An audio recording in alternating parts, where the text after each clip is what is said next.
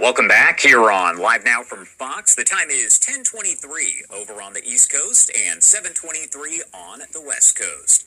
My name is Josh Breslow, and I'll be here for the next several hours as we break down all of your top stories and live events from across the country and across the world. Right now, I do want to get you to some breaking news that we are following here at this hour, and it involves several different states. We're talking Florida as well as Louisiana and North Carolina. Take a look at these photos here that are just coming into the newsroom along with the information. Now, the Okaloosa County Sheriff's Office in Florida, that's over in the state's panhandle, reporting that investigators arrested a man who had planned to carry out a mass shooting at a festival in New Orleans, and some reports there say he was headed there at the time. Florida officials saying the suspect seen in the photos here, Christopher Gillum, is from Chapel Hill, North Carolina. The Louisiana Department of Public Safety had been looking for Gillum, they say. Now, they said that they had information that he planned to travel to a festival in New Orleans to conduct a mass shooting, then planned to die by suicide. Now, at this point, we have not been told what festival this was, what the date was that this was set for. But again, officials saying they thwarted that plan. As far as what they found, investigators say they searched Gillum's hotel room in Destin, and they found handgun and about 200 rounds of ammo. That's a photo there provided by the sheriff's office. And again, that is the suspect who is currently being held, we're told, in jail and will then be transported over to Louisiana. Now, Okaloosa County deputies say they determined that Gillum was in the area using their county's camera system known as FLUC, and they took him into custody at a hotel there in Destin where they found the materials they say were going to be used to carry out that attack. Again, the investigation is an active one. It's not quite clear just yet what this man is charged with and when he will appear in court. As we get all of that information, we will make sure to keep you updated right here on Live Now from Fox and bring you the latest. Right now, I do want to head out to some of the other live events that are kicking off here at this hour. We told you about this a bit earlier. Begin this morning with those massive wildfires that are tearing through parts of the southeast this morning.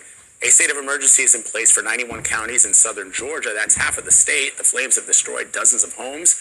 Officials say the fire spread so quickly in some areas that residents had no warning. CBS News correspondent Skylar Henry joins us from Waynesville, Georgia this morning. Skylar, where are you? What are you seeing?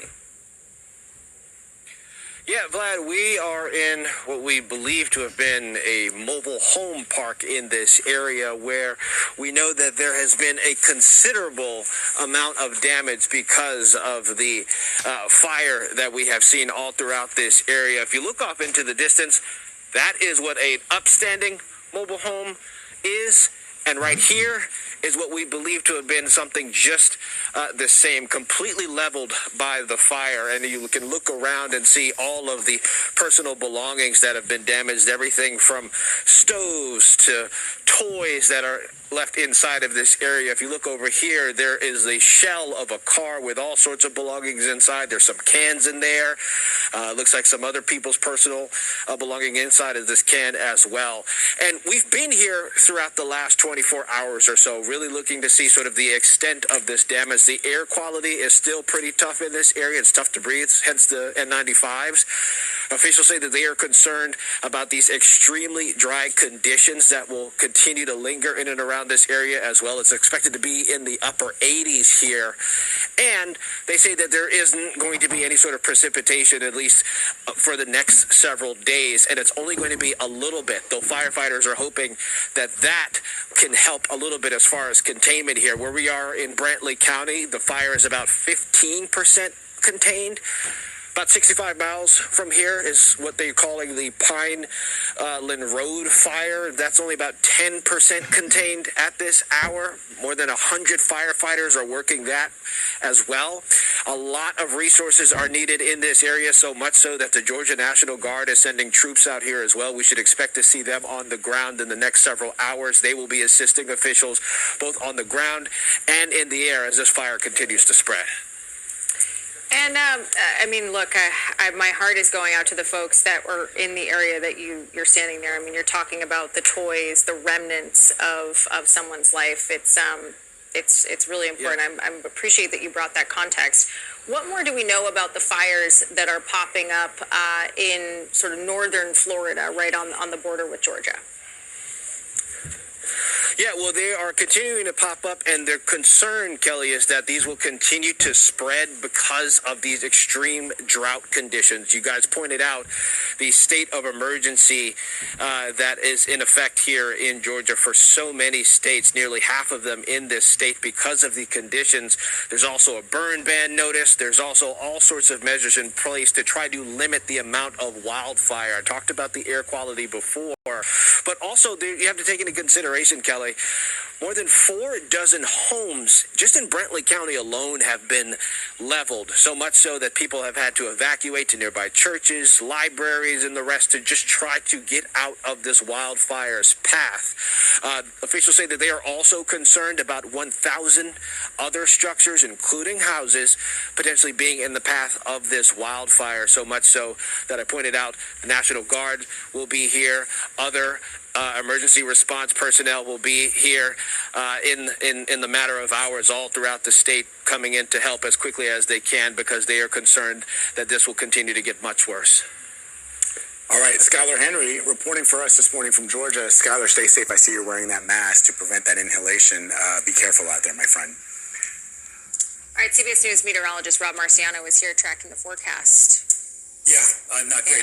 And then the smoke's not going to only be an issue there, but across Georgia and much of the Because the winds southeast. can really take it. Yeah, and we've got more than one fire burning. So that's an issue, obviously. These are the 3 big ones, and including the smaller ones, we've got over 100 incidents just in Florida alone. So you can imagine in other spots, we've got smoke issues also. We have increased the humidity level a little bit at Trax Fire. This is the one in Florida that turned that train around earlier in the week. And the humidity level is still very, very low, especially in the middle of the afternoon for the fires across the parts of southern Georgia. The good news today is the winds are not as extreme as they were 2 days ago. So just an enhanced fire danger, but no rain, no real rain in the forecast until we get to the weekend. And even that is like barely going to be anything. So the smoke's an issue. Atlanta, Metro, and surrounding areas, you're under a air quality advisory, and also South Carolina, much of South Carolina, especially from the coastline. You can see how our computer models kind of spread that smoke out. And I think much of the southeast will at least see some dimming of the sunshine, if not at all, smelling some of that smoke. All right, this is the front that will bring a little bit of rain to the southeast over the weekend, but what it's going to do across the midsection of the country today is bring a pretty good threat of seeing some thunderstorms that will produce some severe weather and potentially even some ones that have some tornadoes from Oklahoma up through Kansas City, maybe Des Moines as well. And that severe weather threat with this front will actually extend right through the weekend. So we'll discuss that more in a little bit, but we're all hoping for some rain to get to the southeast, but They really need it. Yeah, we'll do our best. Thanks, Rob. Appreciate it.